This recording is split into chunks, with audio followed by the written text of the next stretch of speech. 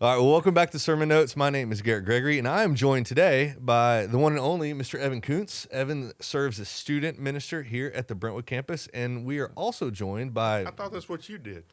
Oh, see, no, now we're starting off this way. No, you're now pastoral care. Right? So Evan stole my job. I don't remember it going that way, but... So I knew when I hired Evan, I was like, if the Lord's calling me into this new role, you'd be the guy. And so, Evan, I'm pumped you're here today. And I remember that my first day here as student minister, Evan was thinking about, do I go to seminary or do I stay here? Do I intern here?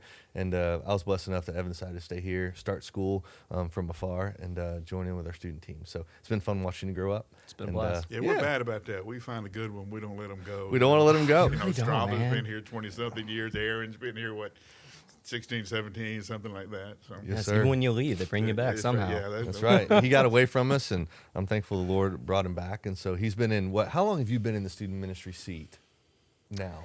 8 months? October. It'll be a year on Wednesday that I've been back. Okay. A year on Wednesday? Yeah, crazy. Wow. Crazy. All right. Because you were sitting in Mac Johnson's role and running that show, and then when I moved out, you moved into mine. Dude, I love it. Right. You ready for summer? No. Are we ever ready for summer? Here it comes. Do you miss those days, Mike? No. No. It's coming. It's going to be good. Garrett would say, why don't you go on a beach retreat with us? I said, Yeah. okay, where you going? I'll fly down. But I'm not riding the bus. No. So if I fly you down, you'll come? I'll come, yeah. You heard it. It's on video. It's on video. This is awesome.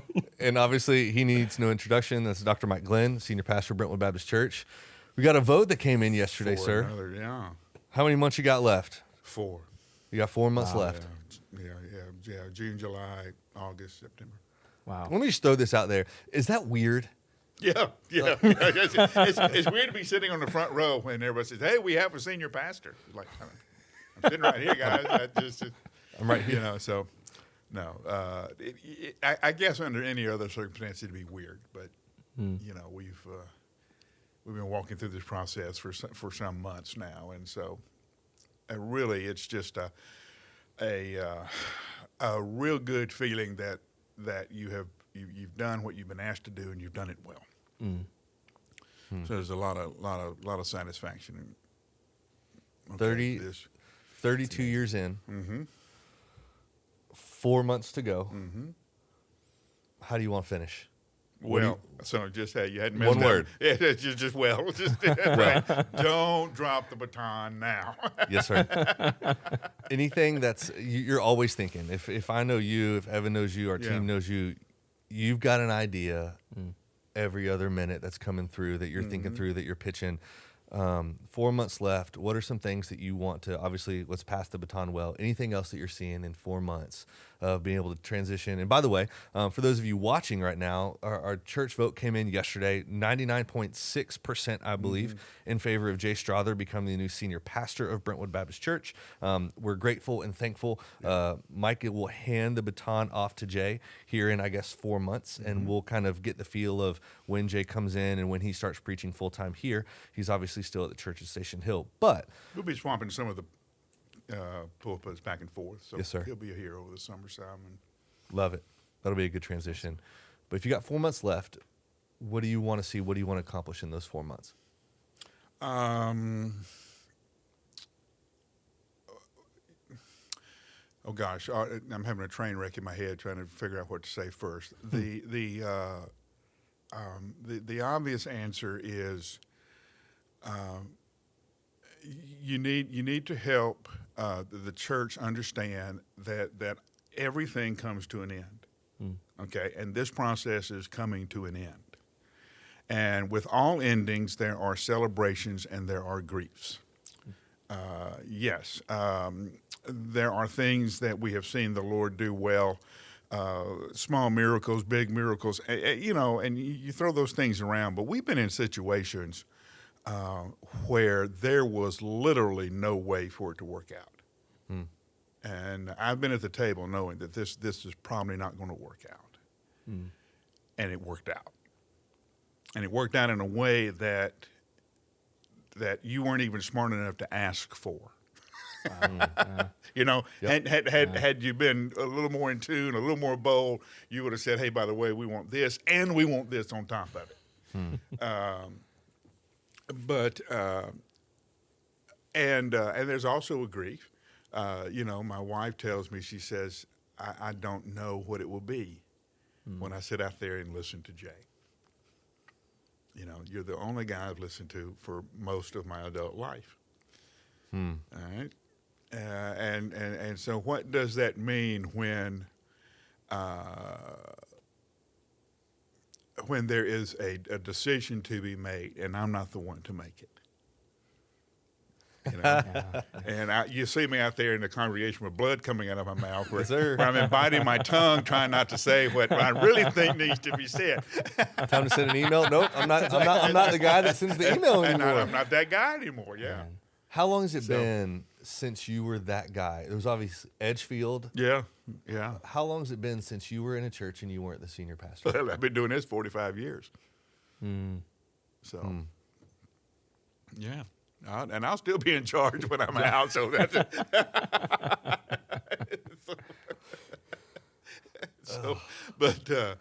You know, there and you grieve that.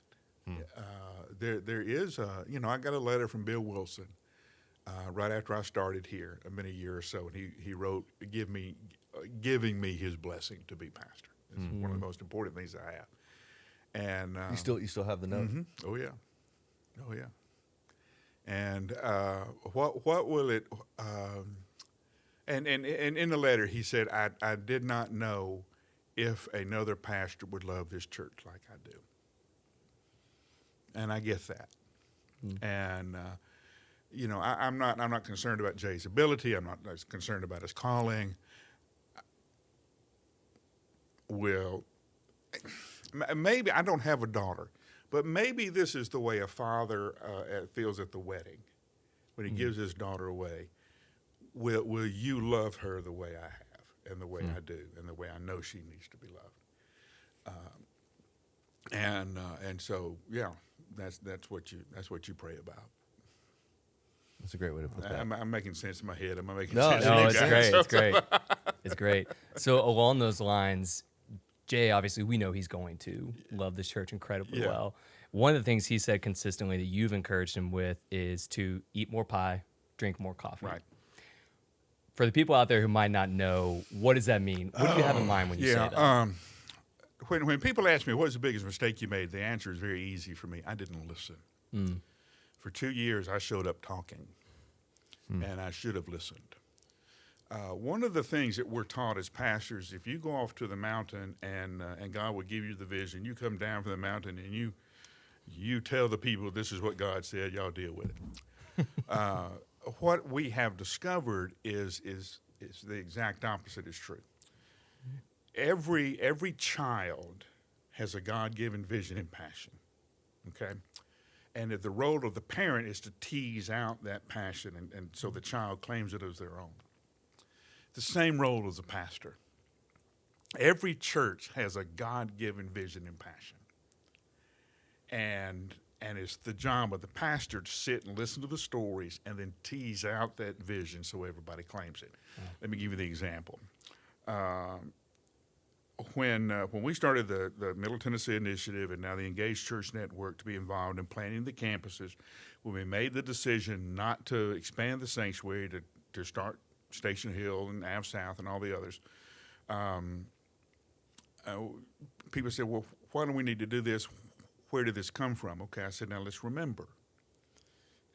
We started as a church plant in the basement of the children's home. We called Bill Wilson, who had already planted a church in Greensboro, North Carolina. And he's a church planter. If you talk to Bill at the end of his ministry, what did you not do that we should have done more of? His answer was fast. We should have started more churches. Okay, now we're at a place where we can do what Bill dreamed of always doing. When you say that and you tell those stories, there's no change curve. Okay, there's no anxiety. It's like, oh, that's always who we've been. The DNA. The DNA. Okay?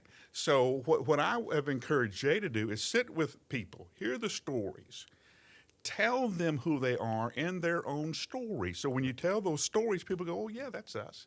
Yeah. Okay, Wow. one of the stories I have, why are we doing this? Why are we the only church to call a deaf pastor? Okay? And I remind them, you come from a long line of crazies.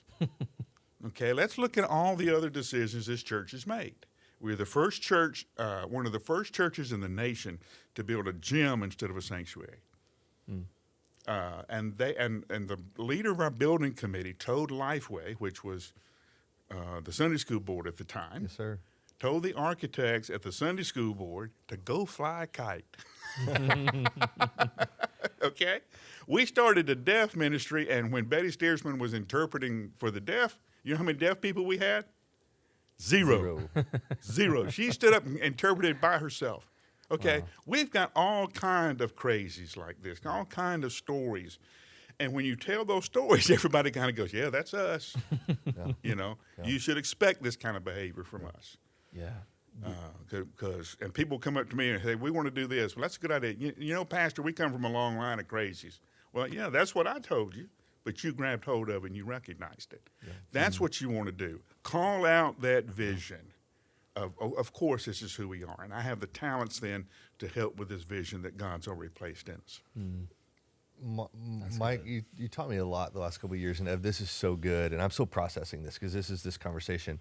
But you said it's a mistake when the congregation brings the pastor in and just leans on the pastor for all the vision. Right.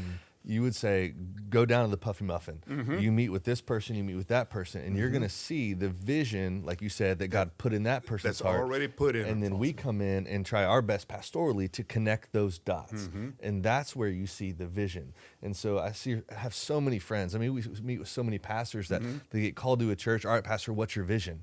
And you've got to have that pressure in that moment of, okay, I've got to have something, but the coffee and the pie is you are unearthing what the Lord is already sowing into membership. And when you do that, they will do it 10, 100,000 times better than you ever thought about doing it.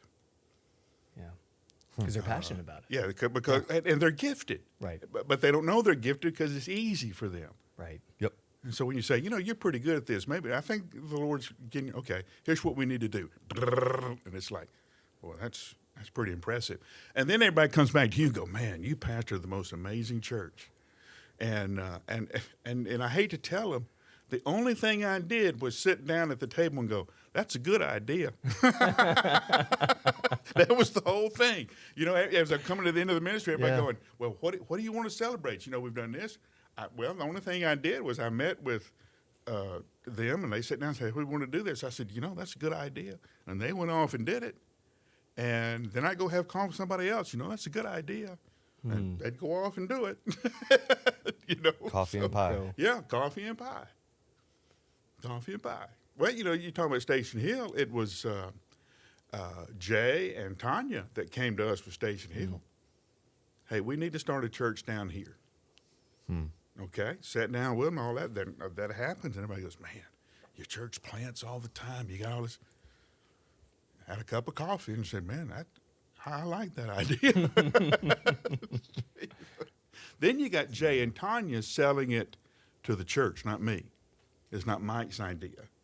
And Jay was, he was a child of Brentwood Baptist Church. We'll do anything to help our kids. Yep. Does Jay want to start a church? Well, we'll start a church down there. Ask Jay what he needs. And, cool. That's amazing. Keep it simple. It's cool to see, Mike, and I'm sure you hear this all the time, but I can just speak for the people kind of around my age range who grew up here and did have that DNA and did have people who called those things out in them.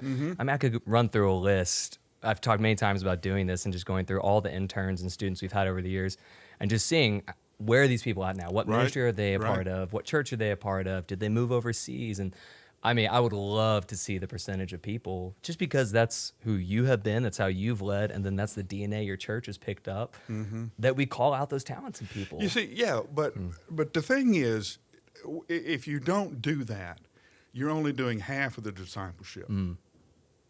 Okay, part of the discipleship is knowledge about Jesus and learning about Jesus and adjusting your life to the teachings of Jesus. The other thing about being a disciple is you only learn through obedience. You only learn by doing it. Yes, sir. And so when you stand up and say, I don't know if I can do this, and the church says, yeah, you can, and you watch them hit it and they blossom. I mean, they own it. Well, you know, we're picking on Jay. I sat down with him a long time ago and said, this is your future. Now, everything we're going to do from now on is going to be put you in places where you're over your head, and you have to learn so that you'll be ready when the moment comes. And so he preached. And I sat down and told the church, I said, now, we're going to have these guys preach. That's our kingdom role, is to raise up men who can preach. The only way you do that is by preaching. That means you're going to see times when you know I'm not in the pulpit and you're going to be tempted to stay home. I need you here. Yeah. Let me put it to you this way. If it's important enough for Jesus to be here, it's important enough for you to be here. To encourage these young guys, to give them the creative, good feedback, and to affirm the calling that you see. Yes, and, of course, they're not going to be as good as me. I've been doing it 30 years longer than they have. I ought to be better. But they get up there and say, you know, I think he's got it, or he's come so far. You know, and the church starts, you know, saying oh, you know, or we're going to start another campus, aren't we? How do you know? Well, Garrett's getting pretty good. So we're going to start another campus. And I don't know where, don't know why, but that's probably part of your future. Yes, why? Now, how do I know that? Church has called it out. I didn't say that. Church did. And they're they're learning. And this old joke we have, get good, get gone. Yes, yeah, you know, if you get real good in the pulpit, we're starting another campus and you're gone. I love that. So, yeah, they think I'm on missionary, Mom. I'm getting rid of the competition. That's good. That's how you stay here 32 years. That's the secret. And oh, my gosh. Y'all knew. So. Man, who knew? Mike, you love coaching. Yes. You love this. What I know about vision and how to unearth that from a church population, that's from you. It's fun. I'm a fly on the wall at some Monday meetings where you coach up 8, 9, 10, 12 guys. You love it. That looks like that's what's next. Engaged Church Network, where you're going to be spearheading this mission. Can you, for the viewer right now, in 160 characters or less, what's what? It doesn't have to be that, but what's the Engaged Church Network, and why are you so excited about it? Here's why I'm excited. I am convinced. I love the local church. I think the local church is God's redemptive agent. Agent for redemption in the world. I think it happens in the local church. I love pastors for what they're called to do, and I understand these are some of the most challenging days that we have had at the local church in North America. Now, because of that, these are also the most exciting days. People are asking questions only Jesus can answer. Yes, sir. You know, who is the guy in the office? The goofy guy. Dwight. With the glasses. Yeah. Dwight. Yeah. Okay. He has several books on spirituality. Yeah. Rainn Wilson. Yeah. He does. Yeah. Okay. Yeah. Soul booms. Why America needs a spiritual revival and all this. Okay, here you got a guy, an actor, obviously a very smart guy,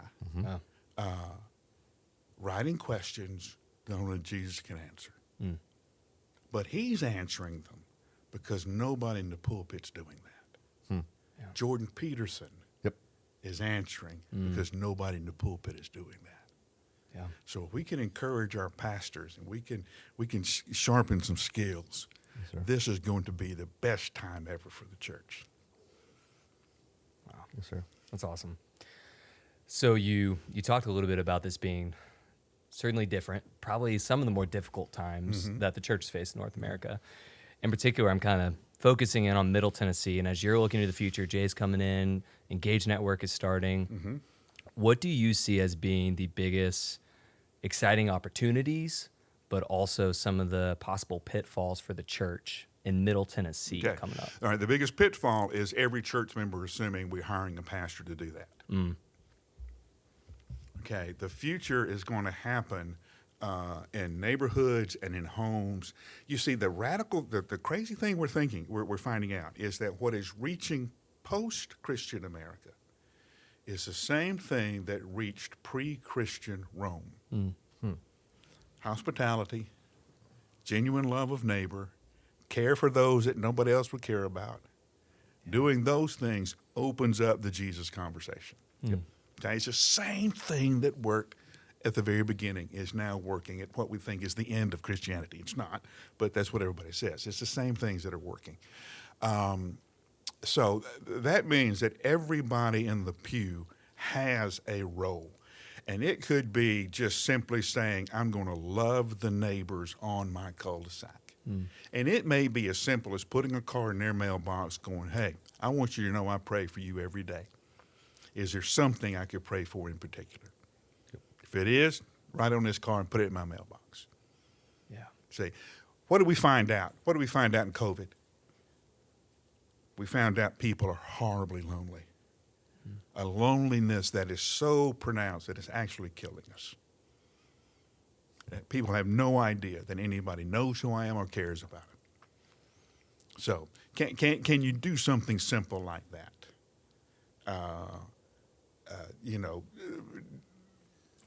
We talk about, home-baked cookies and that kind of stuff. Take them to your neighbor. Have your friends over for dinner. Have somebody that you know is going through a hard time. Jesus said, listen, if you're inviting people to just invite you back, pagans do that. Have somebody over for dinner you know is not going to call, not able to have you back. And when you do that, it opens up the Jesus conversation. That's good. So the biggest danger is that we continue with the status quo, that everybody thinks we hire somebody to do that. Yep. Yeah. Which is the opportunity. Yeah, which is the opportunity. church latches on. That's good. That's good. We see that even in Paul coming this Sunday. Right. That's he's in chains and he invites everybody over. Everybody comes to us, right. His hospitality does not end. And it's the front door. So, Mike, thanks for coming in. Oh, anytime. It's fun to reflect. We're obviously not in your shoes, but it's fun to pick your brain going 32 years later, how does it feel? And we'll keep. And it will come. And it will come faster than you think. Yes, sir. Yeah, well. A little more time with the grandkids. I hope so. Yes, sir. Yes, sir. Thanks for joining us. This is obviously Sermon Notes. Hit that subscribe button. We would love to continue the journey with you. Dr. Mike Glenn, thank you for, being here. Guys. But just on behalf of the church, our staff, we appreciate everything you do. Ev, thanks for coming in and pinch hitting today and great work. Here. And so it's a fun conversation, gentlemen. Thank you. Hit the subscribe button, and we will see y'all very soon. Have a great day.